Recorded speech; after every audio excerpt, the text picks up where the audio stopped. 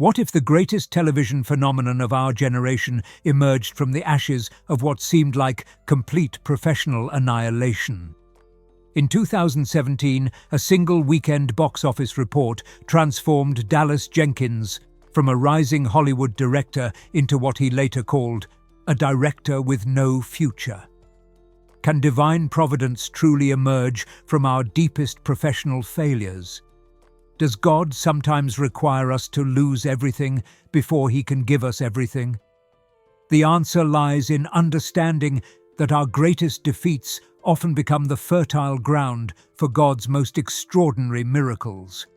When human ambition crumbles, divine purpose can finally take root and flourish beyond our wildest imagination. Dallas Jenkins had spent years climbing the treacherous ladder of Hollywood success. The son of best-selling Left Behind author Jerry Jenkins, he possessed both talent and connections that seemed to guarantee a bright future in filmmaking. If you enjoy content that helps you grow spiritually, don't forget to like this video, subscribe to our channel, and join our community for more inspiration. Let's get started.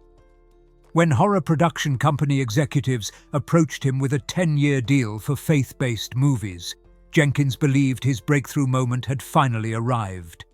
The partnership seemed divinely orchestrated, a horror company recognizing the untapped potential of Christian cinema, while Jenkins maintained creative control over the spiritual content. The resurrection of Gavin Stone was supposed to be his golden ticket.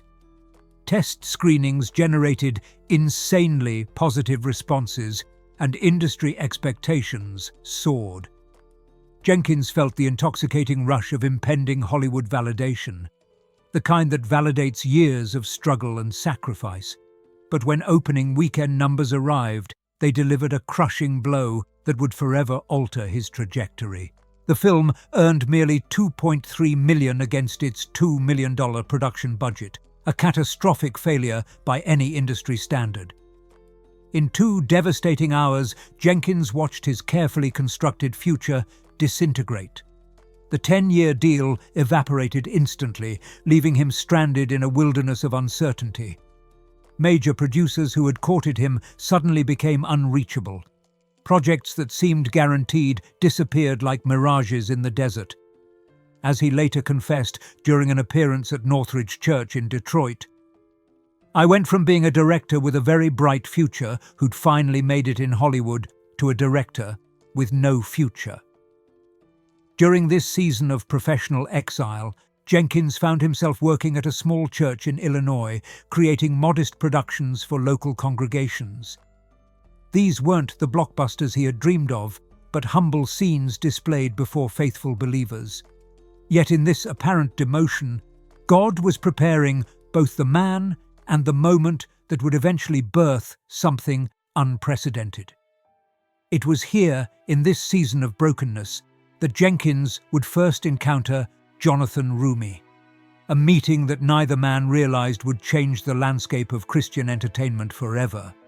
As Jeremiah 29:11 promises, "I know the plans I have for you, declares the Lord, plans to prosper you and not to harm you, to give you hope and a future." Meanwhile, 3,000 miles away in Los Angeles, Jonathan Roumie was experiencing his own season of divine preparation through crushing financial desperation. The Egyptian-Irish actor had spent 8 grueling years pursuing his Hollywood dreams, taking voice-over work for video games like Fallout 4 and Mafia 3, while landing occasional television appearances on shows like The Good Wife and Castle. But by May 2018, his resources had completely evaporated. We all face moments when life feels overwhelming and finding answers seems impossible. In such moments, proper understanding and guidance can make all the difference. This is exactly what The Secret of Jesus' Apparitions offers: a path to clarity and peace through his revelations. This ebook goes into his prophecies and offers insight into what lies ahead. It's available for free in the pinned comment. Grab it now, before the edition's gone. That Saturday morning became a pivotal moment etched forever in his memory.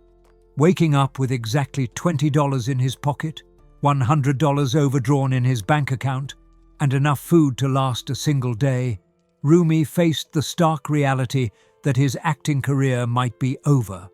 Credit cards maxed out, no auditions scheduled, no paychecks on the horizon. The mathematics of survival had become impossible.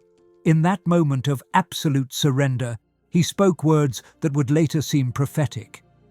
"God, you take this from me. It's in your hands now. I'm not going to worry about it." 3 months after that desperate prayer, Dallas Jenkins called with an opportunity that would transform both their lives. But Rumi's preparation for playing Jesus had actually begun decades earlier. As an 11-year-old boy in Long Island, he had constructed a life-size crucifix from 6-foot boards in his family's backyard, complete with a crown of thorns fashioned from reeds. Year after year during Easter season, he would reenact the crucifixion scene from Jesus of Nazareth, positioning himself against the cross. When Jenkins offered him the role of Jesus, Rumi embarked on spiritual preparation that went far beyond typical acting methods. He retreated into months of intensive prayer, fasting, and scripture meditation, following the example of the Desert Fathers who sought God in solitude. Like Moses ascending Mount Sinai, Rumi deliberately separated himself from worldly distractions to commune with the character he would portray. During this preparation period, friends and family noticed profound changes in his demeanor. He became quieter, more contemplative, carrying himself with a new depth that seemed both mysterious and sacred. Something fundamental was shifting within his soul as he immersed himself in the Gospels through Lectio Divina, divine reading. The words weren't simply verses to memorize, but living water flowing through his spirit. This intensive spiritual discipline created what Rumi later described as a divine emptying, a deliberate removal of his own personality and ego to create space for something greater. As Mary had declared at the Annunciation, "Let it be unto me according to your word," Luke 1:38. Rumi was learning the sacred art of surrender that would prove essential for the miraculous experiences awaiting him. The decision to construct a full-scale replica of 1st-century Capernaum in the scorching Texas desert seemed ambitious enough. But from the very first day of construction, something extraordinary began unfolding that defied rational explanation. Workers arriving at the remote Poolville location reported experiences that left seasoned construction veterans questioning everything they thought they knew about building movie sets. Foreman Miguel Rodriguez later described tools that seemed to position themselves with uncanny precision. Hammers would be found exactly where they were needed most, despite no one placing them there. Stone blocks weighing hundreds of pounds would align perfectly without the usual struggles of measurement and adjustment that typically plagued such projects. The ancient masonry techniques required for authentic 1st-century architecture somehow came naturally to workers who had never attempted such specialized construction. Local contractor Sarah Matthews noticed that weather patterns seemed to favor their schedule in ways that bordered on miraculous. Rain would arrive precisely when the concrete needed moisture, but stop exactly when outdoor work resumed. Winds would calm during delicate installations of roofing materials, then return to help dry freshly applied mortar. Temperature fluctuations that should have cracked setting materials instead created ideal curing conditions that accelerated the timeline. If these divine encounters resonate with your heart, remember that powerful spiritual insights await you. The transformative ebook mentioned earlier is still available in the pinned comment, but copies are running low. Secure yours before they're gone. Equipment failures that normally derailed construction schedules instead produced serendipitous results. When a crane malfunctioned during installation of the synagogue's main beam, the massive timber settled into a position more historically accurate than the original architectural plans had specified. Electrical systems installed for filming purposes would mysteriously activate during evening hours, creating an ethereal glow that transformed the emerging village into something that seemed genuinely inhabited by ancient spirits. The most unsettling reports came from night security guards who described hearing what sounded like distant conversations in languages they couldn't identify. Footsteps echoed through completed structures where no one was present. Tools would be discovered in the morning, arranged in patterns that suggested organized work had continued after crews departed. As construction progressed, the Texas desert began resembling the biblical landscapes where Abraham had journeyed and Moses had led the Israelites. The harsh environment stripped away modern distractions, creating an atmosphere where the sacred felt tangible. Workers found themselves naturally lowering their voices when entering certain areas of the developing village, particularly the synagogue space where Jesus would later deliver his teachings. When the final stone was placed and the last timber secured, the completed Capernaum stood as more than an impressive movie set.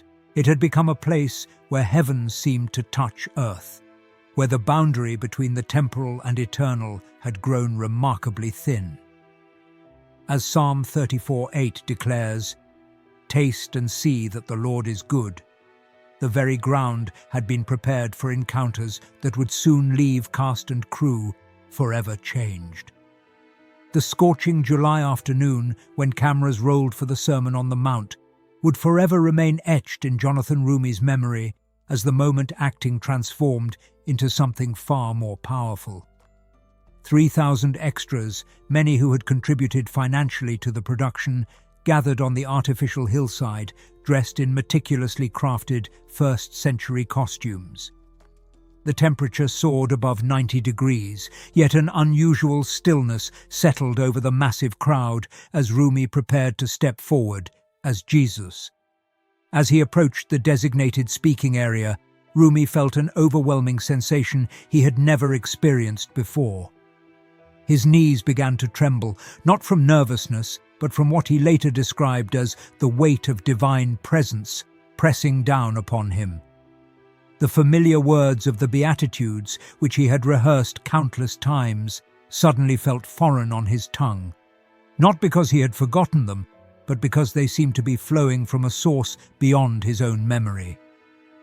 "Blessed are the poor in spirit, for theirs is the kingdom of heaven," he began, and immediately sensed that something extraordinary was occurring. The words weren't emerging from his preparation or acting technique, but from a deeper wellspring that felt both ancient and immediate. His voice carried across the hillside with an authority that surprised even him, reaching the furthest extras without amplification. Tears began streaming down Rumi's face as he continued the sermon, completely unbidden and unscripted. These weren't tears of emotion from a moving performance, but something far more mysterious, as if grief and joy were simultaneously flowing through him in ways that transcended human understanding. Camera operators later reported capturing light patterns around Rumi that had no identifiable source, creating an ethereal glow that seemed to emanate from within him rather than from the professional lighting equipment. As we witness these miraculous moments unfold, it's clear that God still moves in extraordinary ways today. Don't forget to claim your copy of the spiritual resource we mentioned. Only a few number remain available in the pinned comment. The 3,000 extras, who had endured hours in the blazing heat, fell into an unprecedented silence. Children stopped fidgeting, conversations ceased entirely, and even the most restless participants found themselves completely absorbed in the moment. Many later described feeling as though they were witnessing something that transcended entertainment, as if they had somehow been transported back 2,000 years to hear these words spoken for the first time. When Rumi reached the conclusion of the sermon, the silence stretched for several long moments before anyone moved. He later confessed that during those precious minutes he had felt utterly emptied of himself, serving merely as a vessel for something infinitely greater than any human performance could achieve. The supernatural experiences weren't confined to Jonathan Rumi alone. As filming progressed, cast members began reporting encounters that left them questioning the boundary between performance and spiritual reality. Paras Patel, portraying the tax collector Matthew, experienced something profound during the scene depicting his calling by Jesus. As Rumi extended his hand and spoke the words, "Follow me," Patel felt an inexplicable recognition wash over him, not as an actor remembering his lines, but as if some part of his soul had always known this invitation was meant for him. Elizabeth Tabish, playing Mary Magdalene, found herself overwhelmed during the demon liberation scene in ways that transcended method acting. When Rumi delivered the words of deliverance, Tabish experienced what she later described as layers of personal pain suddenly lifting from her spirit. The healing that Mary Magdalene received on screen seemed to penetrate the actress's own life, addressing wounds she had carried for years. Tears flowed uncontrollably, not from dramatic technique, but from genuine spiritual release that left her permanently changed. The technical crew witnessed phenomena that challenged their understanding of filmmaking. Sound engineer Marcus Thompson recorded what he described as angelic harmonies during the crucifixion preparation scenes, despite no musicians being present on set. The ethereal music appeared on multiple audio tracks, captured by equipment positioned throughout the filming area.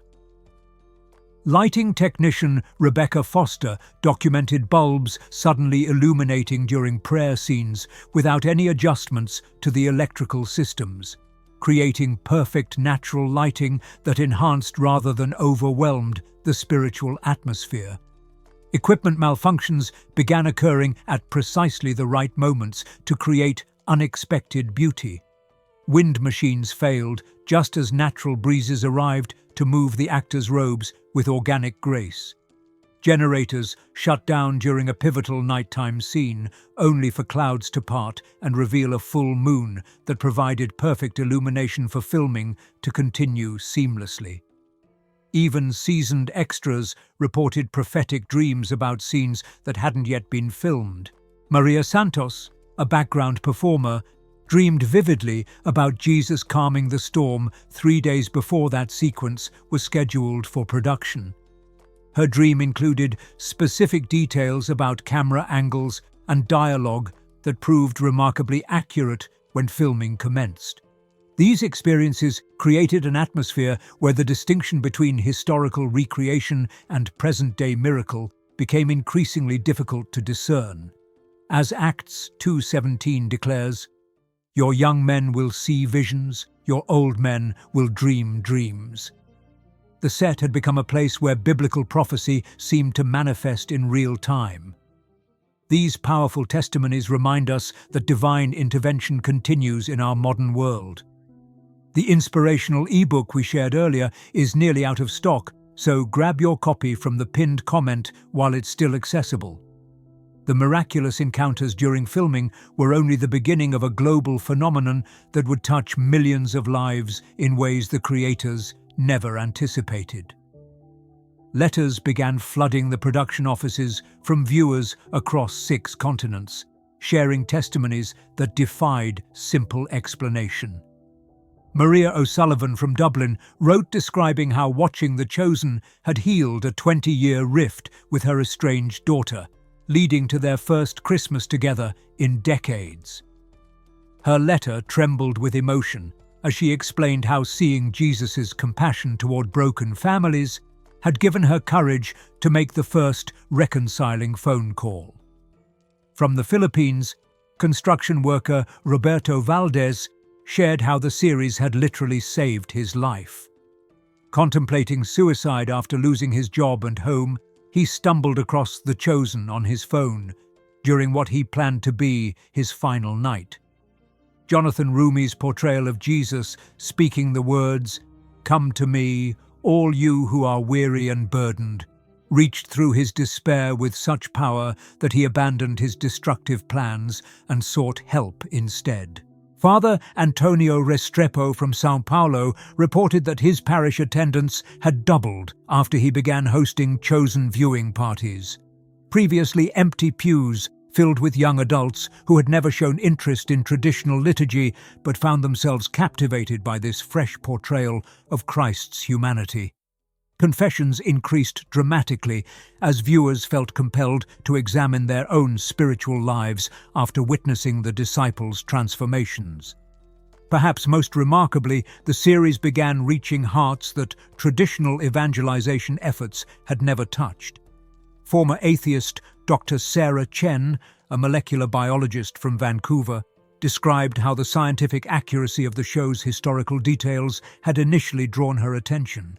But the authentic portrayal of Jesus' love had gradually dismantled her intellectual objections to faith. If these insights resonate with you, please like, subscribe, and share your thoughts below. Your super thanks support helps us create more content like this. Join our community and stay connected.